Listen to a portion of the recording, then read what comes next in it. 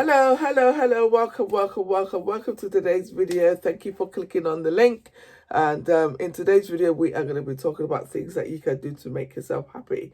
Okay, so this is not a departure from the type of stuff that I've had on this channel. It's an addition. It's what I've part of what I have been meaning to share. The name of the channel is called The Happy Principle with Miss Nikki D, after all.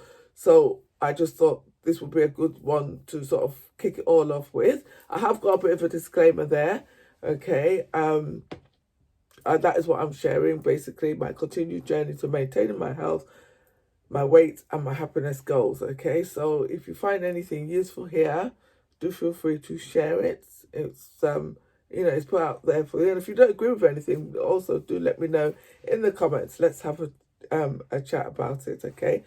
So with that being said, let's get cracking in there, okay?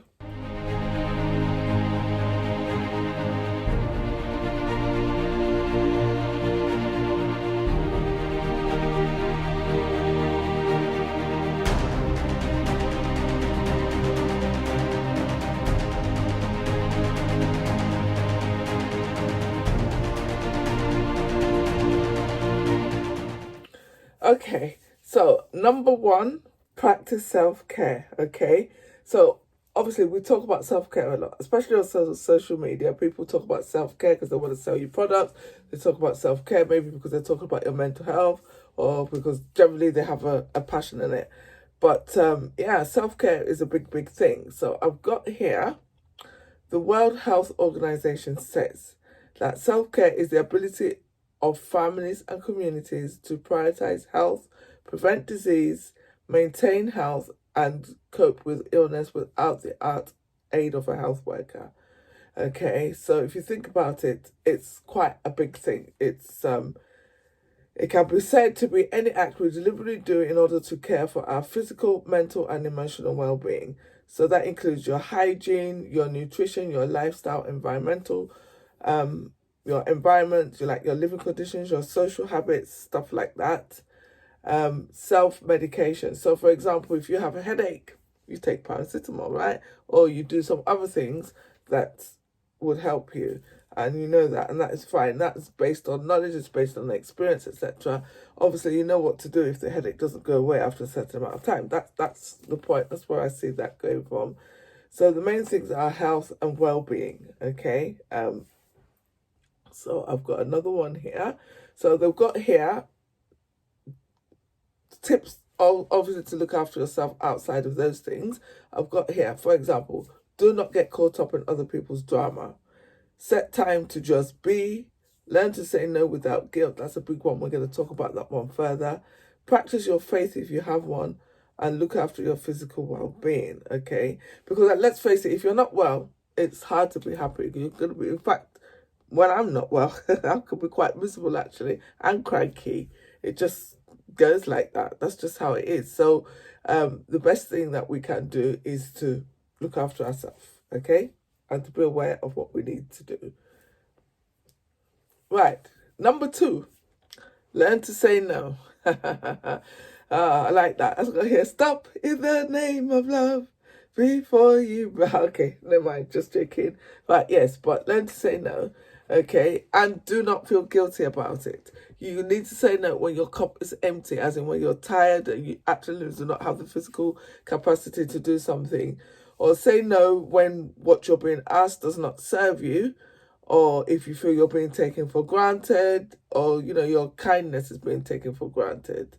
When I gave this presentation at the Recovery College, I got the question about that.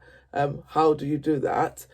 For me, I would say my response was that you practice, because it's not easy. If you're not used to saying no, if you think about it, if somebody dear comes to you and says, oh, I need this and that, example, you want to help that person. So I said it's practice. And one of the other ladies on there came up and said with the idea of also is that you need to listen.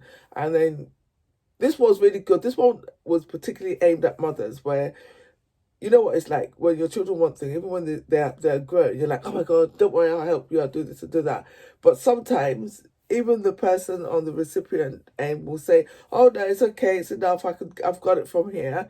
If somebody says that, it's not just that they're letting you off the hook or anything like that. You need to sort of listen and think, well, actually, the person has got it. They don't need my help, and your energy will be better saved for another time. Okay, because everything adds up, guys. It all adds up, and I do believe that these type of things are the strength and stuff that you can on analogy say you're going to put it in the bank and use it another time. So that is what I would say for that one.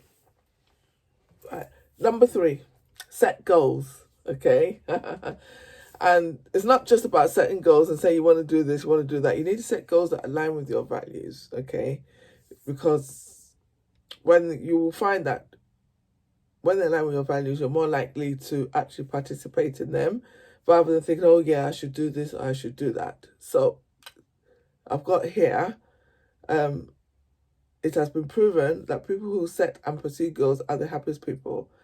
However, many people's goals fall by the wayside, and this could be because they're too hard, too much effort needed, other distractions get involved, fear or other negative emotions get in the way. One reason that's been cited is that the goal may not be aligned with your values. Okay, so with that being said, it could be, I'm going to use weight loss for example. It could just be that you've decided that you need to lose weight without attaching any meaning to it, just thinking, oh yeah, it will be good, I'd love to be a size 10.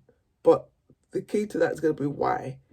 It's going to be in your why. Why do you want to do that? Is it just that you want to get healthier? Maybe you do just want to look good for a wedding or something. Don't get me wrong, there's nothing wrong with that.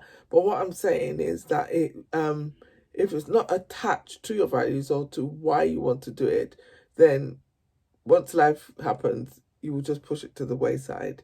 And the thing is, if you have a great desire where your emotions are attached to these, the joy will be in working towards them. Yeah.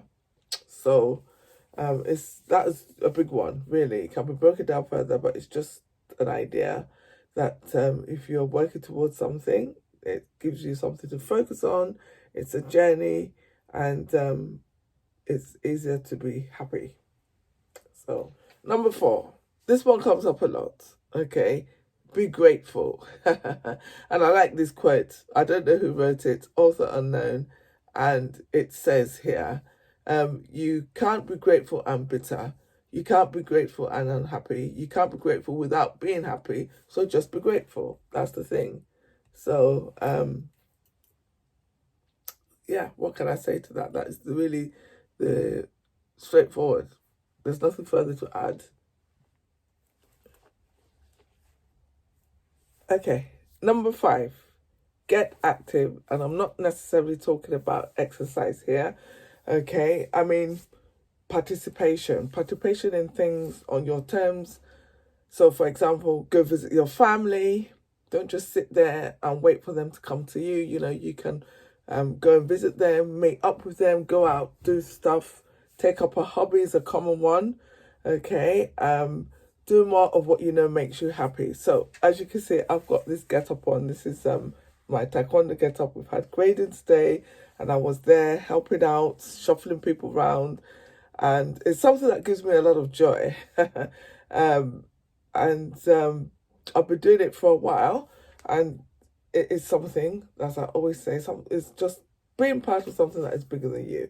So you could call it a hobby, it's a sport, it's a passion of mine. So that is one of the things that I would absolutely suggest. Not necessarily taekwondo, but the point I'm making is find something that you are passionate about and participate in events surrounding that. Okay. If you like cooking, try a new recipe, try a different recipe, a new ingredient. You could read more, journal. There's different types of journaling that you could do. You could go dancing, and this is one of my favorite ones here. Dance around your sitting room. I like dancing around my sitting room. It's really good. It gets your body moving. It helps you to burn calories. And if it's a music, you know, it can feed into. If it's a music that you know and love, it could feed into fond memories that you have. Okay, so that is number 5. Getting active.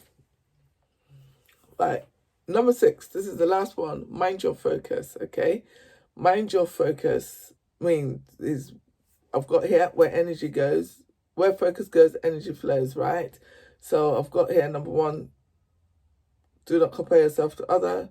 Is the grass really greener on the other side? You know how it is, right? Maybe let's take the example of a job, right? You're unhappy in your job.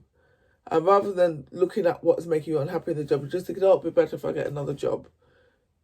Now, depending on how you view things, sometimes the grass is greener. It is very subjective. It depends on what it is that is not serving you in your current situation that makes you feel that it will be better to change it and to go there. So yeah, understand your circle of influence. There's no point trying to change what you can't, right? We have no control over the weather.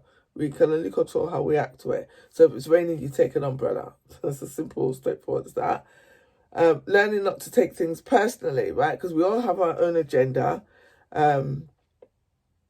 We all have whatever it is that is going on in our mind and our function that makes us react to things in a certain way. So it's not necessarily when people react to something that you've done or said, it's not necessarily personal to you.